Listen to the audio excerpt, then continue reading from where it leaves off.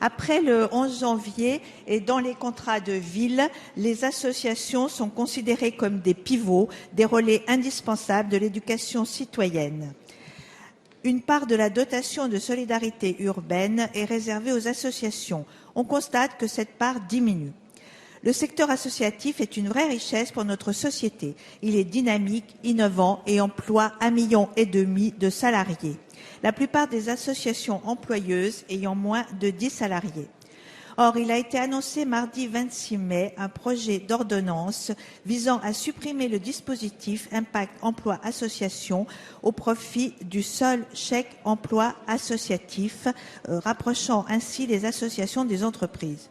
Comme le note le collectif des associations citoyennes, ce dispositif Impact Emploi Association apporte une aide importante aux petites associations, des formations, des appuis techniques ainsi qu'une aide financière. Bien que la récente loi sur l'économie sociale et solidaire ait mieux reconnu les associations et sécurisé juridiquement le dispositif de la subvention, on constate sur le terrain que le financement des associations est sinistré, principalement suite à la baisse des dotations collectivités locales, ce qui aura des conséquences négatives sur l'emploi, sur le dynamisme de notre société, sur le lien social, l'éducation à la citoyenneté, ainsi que sur le fonctionnement de notre démocratie. Madame la ministre, allez-vous retirer le projet d'ordonnance de suppression du dispositif Impact Emploi Association et proposer un moratoire sur le financement? Merci. La parole est à Madame Marisol Touraine, ministre des Affaires sociales, de la Santé et des Droits des Femmes. Merci, Monsieur le Président. Mesdames et Messieurs les députés, Madame la députée Bonneton. Concrètement, le dispositif que vous évoquez, le dispositif Impact Emploi, a été créé en 1998 avec la volonté de simplifier les démarches administratives vis-à-vis de l'URSSAF des petites associations.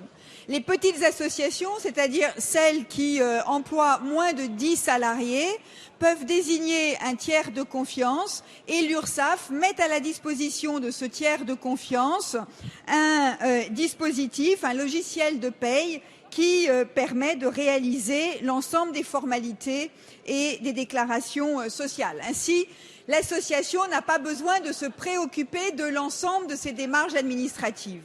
L'ordonnance à laquelle vous faites allusion et qui paraîtra dans quelques semaines a de manière plus générale la volonté de simplifier les démarches administratives de l'ensemble des employeurs. Et c'est dans ce cadre-là qu'avait été envisagée la fusion du dispositif Impact Emploi Association et du CESU pour les associations.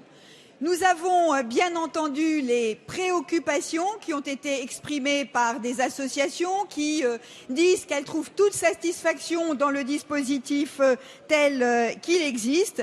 Et donc, Madame la députée, je peux vous annoncer que le dispositif Impact Emploi pour le secteur associatif ne sera pas modifié, restera en l'état et les associations peuvent donc être satisfaites de voir ce dispositif tel qu'elles l'ont apprécié au cours des dernières années maintenu en l'état.